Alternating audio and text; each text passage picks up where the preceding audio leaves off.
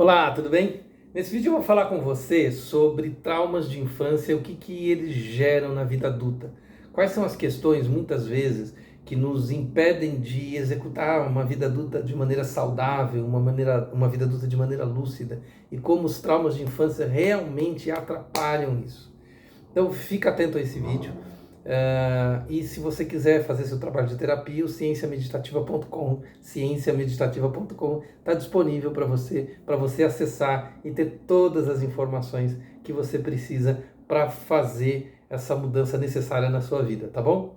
Então eu fiz uma rápida anotação aqui para mim, mas você sabia que, por exemplo, 75% das pessoas que têm traumas na vida, na infância, elas falam que tem problema de hipervigilância. Essas pessoas geram estados mentais e tensões físicas ligadas a estresse, a questão de cortisol, a má funcionamento, a problemas de relacionamento por causa disso.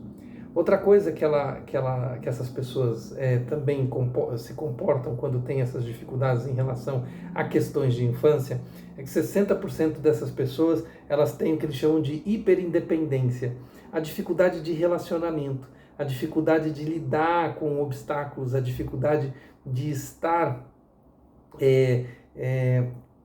num relacionamento lidando com a contrariedade. E a contrariedade é parte inerente de um relacionamento. Porque você concorda? Você nem com seus pais, nem com pessoas muito próximas você tem plena concordância. Nós não temos plena concordância com ninguém, porque somos seres exclusivos, seres especiais.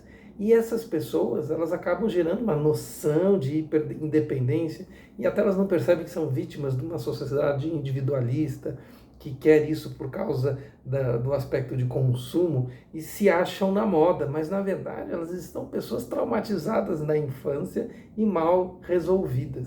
Né? Essas pessoas também que têm questões de traumas na infância, 82% têm traços assim muito ligados a um perfeccionismo gerado pelo medo. Um medo de rejeição, um medo de crítica, o medo. Então essas pessoas também desenvolvem um comportamento às vezes obsessivo.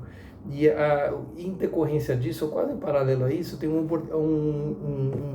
comportamento de validação externa. Elas buscam uma necessidade de validação externa. Elas sempre estão tentando agradar, precisando agradar, necessitando um ok que venha de fora. Então, nesse caso, nós temos essa dificuldade dessas pessoas em relação a esse problema de não perceber o interno, a satisfação interna, a realização das emoções, porque ela precisa desse olhar externo, né? E isso vai gerando, no final das contas, uma invalidação emocional sistemática e um aumento daquela condição de estresse que eu falei no início, né?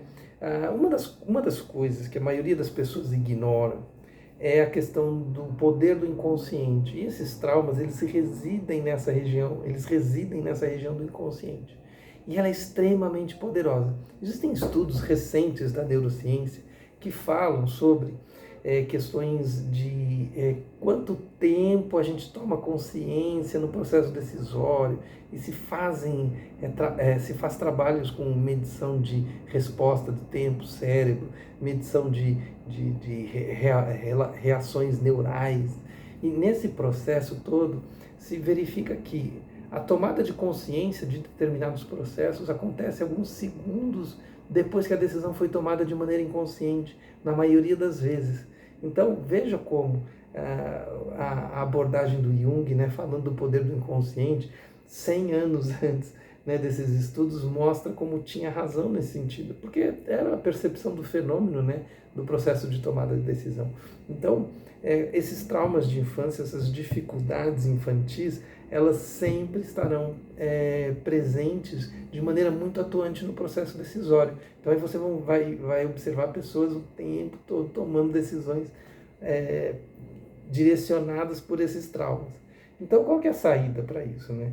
Então existe uma questão de um trabalho a ser feito, porque não é uma coisa que naturalmente se resolve. Porque é preciso um trabalho de consciência em relação ao trauma. Então, é como se, para tratar uma ferida, você precisa reconhecer que ali existe uma ferida para levar tratamento até ele. Se você não reconhece a ferida, se você não faz a pesquisa pela ferida, então você não tem como levar o tratamento até lá. Então, quais são os processos de reconhecimento dessas feridas? São dois tipos de processos muito comprovados pela ciência e que a gente trabalha com os nossos pacientes, nossos alunos. Ou você faz, e a gente trabalha com os dois, que é a meditação, nesse processo de olhar para dentro, reconhecer processos, reconhecer dinâmicas interiores, e a terapia, que é um processo de dialogar sobre esses processos, conversar sobre esses processos. Então você vê que tem duas maneiras, né? E a gente está aqui trabalhando com as duas. Então a minha sugestão é que, se você quer um pouco de independência real, e não essa independência da modinha, mas uma independência verdadeira, você foque nesse trabalho de terapia e meditação, porque vai ser a maneira que você vai ter de conseguir explorar melhor esse processo, levar tratamento até a ferida. E essa ferida, então, vai receber a cura, o carinho, o processo necessário, a pomada necessária, né, para gerar essa questão de transformação, tá bom? Ah, mas é possível? Claro que é, né? Existem questões, por exemplo, relacionadas a traumas de infância, que esses traumas estão muito ligados a uma criança que não tinha condição compreensiva. E aí a ferida foi criada até pela incapacidade da criança perceber o que estava envolvido naquela questão. E às vezes, no processo de um adulto, você mesmo, como adulto, ajudando essa criança, pode fazer muita diferença. De fazer uma compreensão mais profunda, verdadeira em relação a isso e fazer a mudança necessária. Tá bom? Qualquer coisa, entra no site do cienciameditativa.com, a gente está à disposição para você, né, se quiser fazer esse trabalho. Tá bom? Um grande abraço, até o próximo vídeo.